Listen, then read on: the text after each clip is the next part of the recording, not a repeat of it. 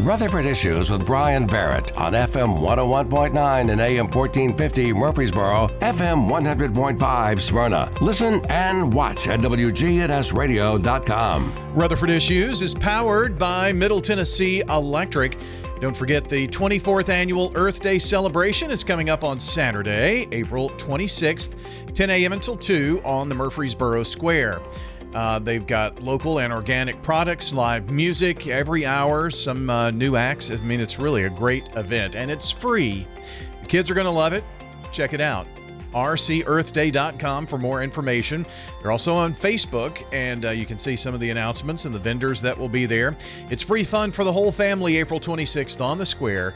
Earth Day presented by Middle Tennessee Electric. Well, it is time for us to check in with James Price of the Better Business Bureau today, and we're going to talk about identity scams and things of that nature, but the BBB has a new published study that's out, James, that has some really interesting information. You're going to kind of give us an overview of what that is.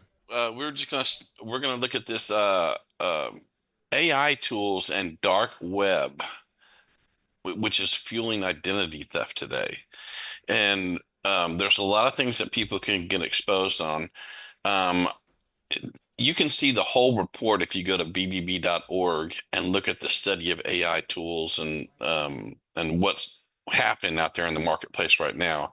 As you said, we're going to do an overview of this today because this is a pretty in-depth study and gives a lot of different examples of what's going on in the marketplace.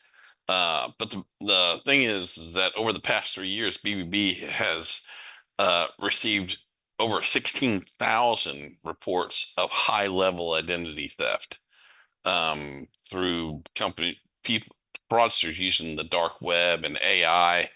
And when AI came out, I think we talked about this a couple months ago, where it could be a good thing, but it also could be things people need to watch out for because the fraudsters now can make it so it sounds like you, and they can impersonate you as they're trying to defraud you.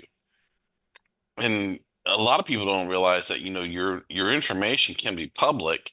And we've said on the show numerous times before that you should never give your personal information away, because the bottom line is that these fraudsters, they have a lot of it already, but they're just missing a few pieces that just could actually take you to the cleaners as far as your money, your identity. They could open up credit cards in your name. They can take a loan out. They can set up a business in your name. Wow. And so that's really scary, because some of these examples they give in here are people who they start up a business, and I use that word loosely, which is basically an illegal business. And what they do is they'll use your name and your address and all the information they have to set up this business. And then if things go south, the law could end up at your door because because they have your identity and you've got this illegal business set up. It's so wild. I mean, and you kind of led off with this by saying that the scammers are now getting the help of AI and the dark web to make these even more believable and real, and it's kind of scary. It's very scary. It's all the more reason to be very cautious about all your interactions. It wouldn't be hard for somebody to get a phone call, and it sounds like the CEO of their company saying, "Hey, Bryan, I need you to do something financial for the company right here." And it sounds real. And you might even reply to them, and AI could actually reply to you in kind using that same person's voice and impersonation. And so one of the things that we've said before is that, when this happens, hang the phone up and then maybe call them back directly and say, I just have a few more questions on this. Did you really just call me and ask me to take $10,000 out of our company checking account? or whatever it may be. So when you look at this identity report, the numbers are pretty steady. I mean, they stay over 1 million a year. Uh, we don't have all the final numbers for 2024 yet, but they had certified that there was close to 1 million already in 2024, and they're still kind of calculating some of those out. So, what do these scammers want? They're after things like, of course, your social security number, your name, your address, your phone number, your username, your passwords, your bank account numbers, driver's license number, tax information. And so what can they do with these things? Well, if they get a hold of your social security card, they can open up credit accounts or credit cards. If they get your name, they can open up utility accounts. They can open up electric service and water service. Um, if they get your address, they can just rack up all different kinds of debt. If they get your phone number, they can use that information in the instance of an arrest. So they end up getting arrested, and what these scammers can do is they can give your information on uh, to the arresting officers, and Then you're going now to the pokey. right. Usernames, take out student loans, passwords, apply for government benefits, um, bank account numbers. They can rent houses, driver's license. They can create an investments account, and of course, if they get tax information, they can file bankruptcy um, under your name. So, if you kind of look at it overall, the different types of fraud that's been coming up, credit card identity theft is staying at a solid 500,000 a year. Loan or lease payments are in the hundreds of thousands. Banking fraud, hundreds of thousands. Job or tax credits are close to 100,000. And overall, it's just like in the millions of instances each year that these scammers are using to get their identity, and what they're doing with it. And what are some things they can do? So what's the best way to secure your account? Let's just kind of talk about that. So before a breach happens, watch your credit reports for unknown accounts. Use multi-factor authentication whenever possible. I know that's an irritation that, every time you go to log into something that you have to have a text message sent to you. But the more you see these kind of things, it's more like, yeah, Yeah. it's kind of dumb not to do that.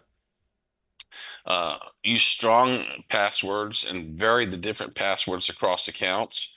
Try not to use the same password for every single thing that you have. I know it's easy to remember, but then again, you just make it easy for the fraudster. Don't ever share personal information unless it's a trusted source. And secure your Wi-Fi. Think about using a VPN network for that.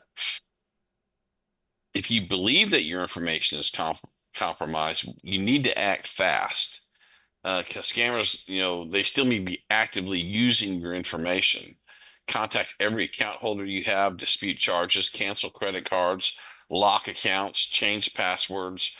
Um, I think I said before that in the last few months, I had my credit card account was hacked, and they made a couple different charges. And they could start out with just making a few small charges, and they're just trying to test it. Oh. And so I saw it right away and went to the bank. And of course, they said, okay, well, we're gonna, you know, dispose of this credit card, this bank account. We're going to give you a new account.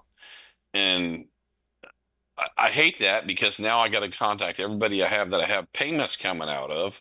But the bottom line here is you need to do that. You can lock or freeze your credit. You can save documentation as evidence, file a police report, report to BBB, the FTC, the FBI. Uh, uh, to kind of tell them what's going on. Use Scam Tracker, report to the FBI if you know a business that's doing that. Avoid credit repair or similar services.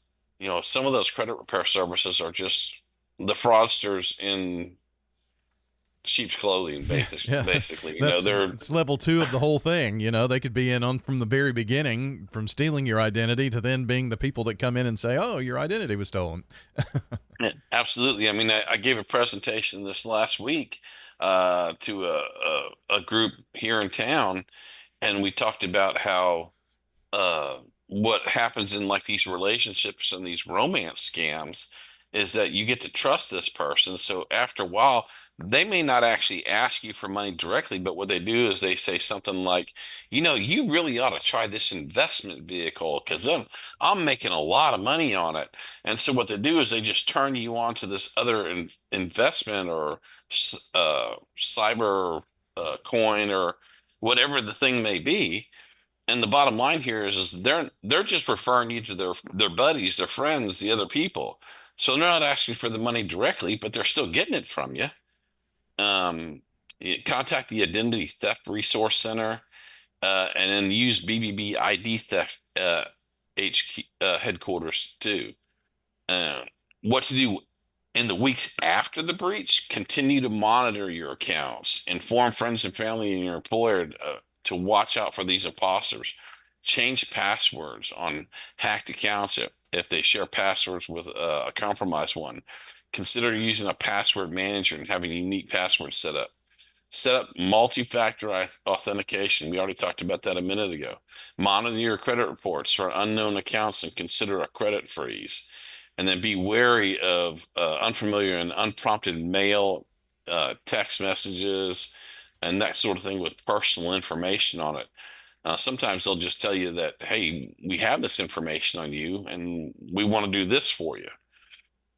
So, red flags of identity theft. Examine domain names closely. Be wary of email links. Avoid websites with low quality design, text from unknown sources, unexpected voicemails, or messages on social media. I mean, again, this week I gave a presentation and I asked people, I said, if you ever get a text message from somebody and it says, type in stop if you don't want these. I said, how many of y'all are doing this? And a few people raised their hands. I said, that's the worst thing you can do. You've just told this scammer you now have a real phone number here. Same thing with emails. If you type in unsubscribe, you're basically just telling this person that they found a real email address and somebody's on the other end of it. So keep that. Tips to avoid ID theft. Regularly check online resources. Don't share personal information. Double check any requests for sensitive data. Regularly check your credit and review financial statements. Create strong passwords. Implement multi-factor. I mean, these are the same things we're going over and over again. Yeah. We can't really emphasize this stuff enough. And then, of course, go to bbb.org and you can look up this identity theft report, and you can see some of the places that you can go to report this identity theft if you happen to be a victim of it. Some very, very intriguing information. This is like a 12-page report, and we kind of said in the beginning we were only going to be able to skim through the highlights of this, but if you're interested, you can find it on the BBB's website.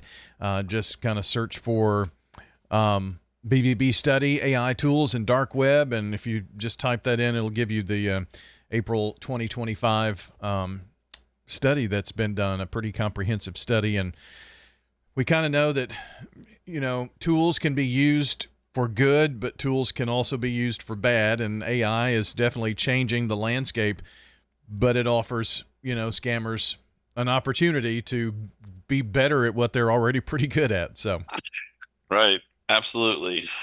Well, good stuff, James. Thanks for stopping in today, and appreciate it. Very good good content today. Very good. All right. Thank you. Yes, sir.